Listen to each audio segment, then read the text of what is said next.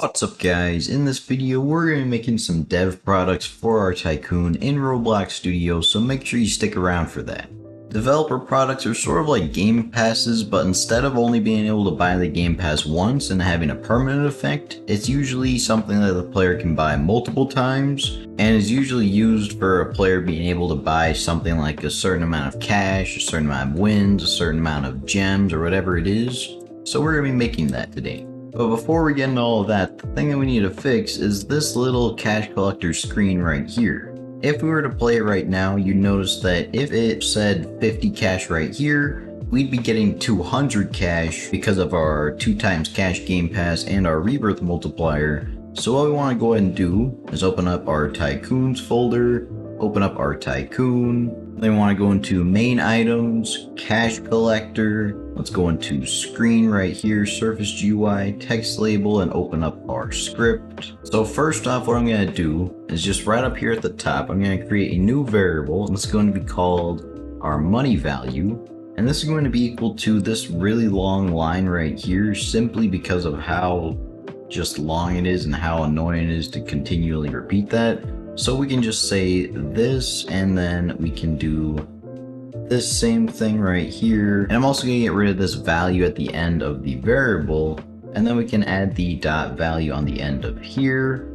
And this will just allow us to make sure that we can use that same exact money value for our changed function here. Another thing we want to do is just say local player will be equal to money value dot parent, so this will get our values folder.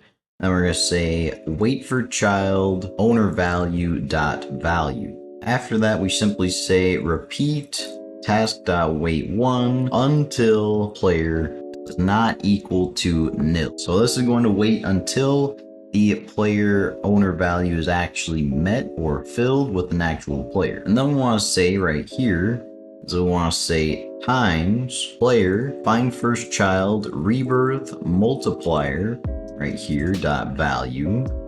And so that's going to actually display our rebirth multiplier dot value.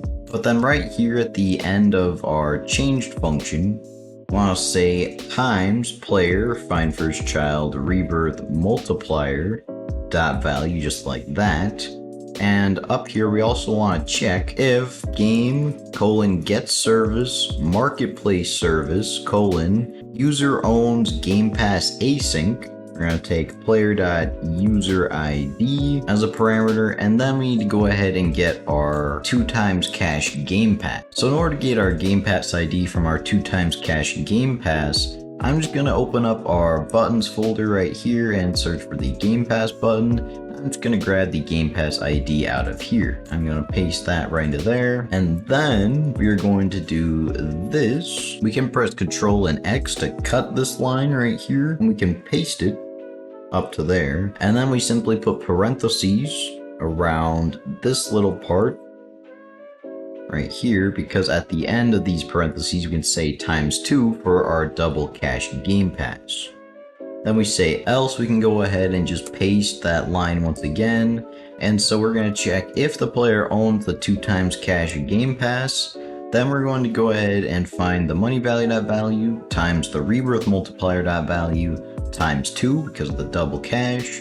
Otherwise, if they don't own the double cash game pass, we're just going to give them the normal value times the rebirth multiplier value. Now, another thing we want to do is we're actually going to take this line right here after our player variable, and we're just going to paste this right into our player right here that we had. And this is going to make sure it's going to repeat 1 second of wait time until our owner value does not equal to nothing. And then we just take our player variable right here, and we drop down a few lines and we can paste it right after that. And this will just make sure that we consistently get our player who owns the Tycoon, and that should fix everything that we had a problem with.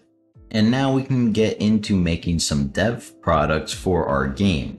The first one we're going to make is going to be about, I don't know, let's say 1000 cash. Let's open up our starter GUI right here. Let's open up a new screen GUI. I'm going to name this to dev products, just like that. And inside of here, you can add in a text button, just right here. I'm going to drag mine to the right side, right about here. And you can scroll down and customize this however you want to. I'm going to make sure we put text to scaled, change some of these settings here, and then I'm going to change the text to 1000 cash. And then what we're going to do is we're just going to click on the plus icon right here and search for a local script. The first line we're going to get at the top is going to be local marketplace service will be equal to game get service marketplace service. After that, we go down the line, we say script.parent.activated. We're going to connect a function just like this, and then we're going to say marketplace service prompt product purchase. And I forgot that we need to go up here again, say local player will be equal to game.players.localplayer, and right here we take our player that we just got, and now we need our product ID. So how we get the product ID is if we go to this home button right up here, click on game settings. This will open up this window right here. You want to go over to monetization right here and then scroll down to this developer products button.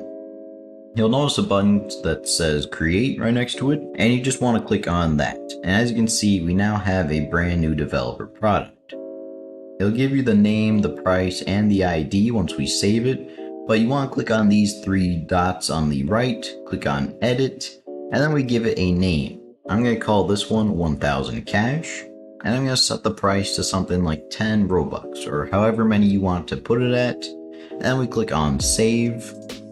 Now we can go back to the game settings, monetization, and then we have our product ID right here. So if we click on the three dots once again and then press copy ID to clipboard, you'll see we now have our ID copied. Then we can go ahead and just paste it right there, and this is going to prompt the player to buy that whenever they click on this. So now that we can actually get the player to purchase the product, we want to actually make it so that when they do buy it, we can give them the cash. So let's go over to server script service, click on the plus icon and add in a brand new script.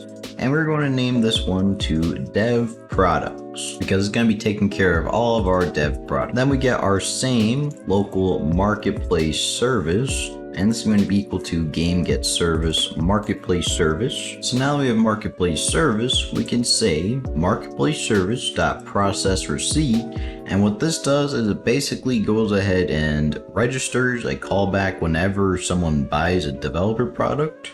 So we want to say this, and this is going to be equal to a brand new function, and we're going to take receipt info as the little parameter here, dropping down the line, and we say if receipt info dot product ID equals to our product ID that we got a while ago and that we just created, then we're going to say local player will be equal to game.players get player by user ID. This is going to be receipt info dot player ID, and we simply say player dot leader stats dot cash dot value will plus equal to 1000. So this is going to get the player from the receipt info, which is pretty much the person, all the info about whatever it was that we just bought. It holds the product ID, the player's ID, and a few other things that we can use to actually get the player and see which product was bought. Let's go ahead and test it out by clicking on play. So as you can see, I have 0 cash at the moment. If I clicked on the 1000 cash button, it's going to say if I want to buy it for 10 Robux. And as you can see down here, it will say that this is a test purchase and your account will not be charged. Let's go ahead and buy it. And you can see that we now have 1000 cash. Another thing we want to do inside of our script is just right after here, we want to say return enum.productPurchaseDecision.purchase granted, just like that. And this will just make sure that the player actually did purchase the product. And by the way, if you want to add additional products, you can feel free to copy the little GUI that we made, move it down, change the text and everything, and simply just create new developer products by going through the same process that I just told you guys. And then down here, you pretty much just copied this whole line, and then you say else if receipt info dot product ID will be equal to your brand new product ID. Then you just paste all this in here and you can change the value to something like 3,000 or so. And it's super easy to just do all this. You can even put a comment after this saying this one is 3,000 cash, this one is 1,000 cash, just to make it a little easier to keep track of. And overall, this is a very simple way of adding developer products to your actual game inside of Roblox Studio. And another thing that I forgot to do is that since we made a change to our actual screen right here, we just want to make sure that we duplicate our Tycoon, move it into server storage, and then delete the other Tycoon just like that. And now make sure that everything is up to date with our screen here. After that, we click on play and we can test how everything's working. So let's go over and claim our Tycoon real quick. I forgot to reset my data store, but that's alright. We've got our dropper that's going to drop something, and you can see that it's now worth 60 because it's the ×2 plus our rebirth multiplier, and that is just super nice. And from then on, we can even buy 1,000 cash if we wanted to. Thank you so much for watching. If you enjoyed this video just as much as I did, make sure you like, subscribe, and comment down below. I'll see you in the next video.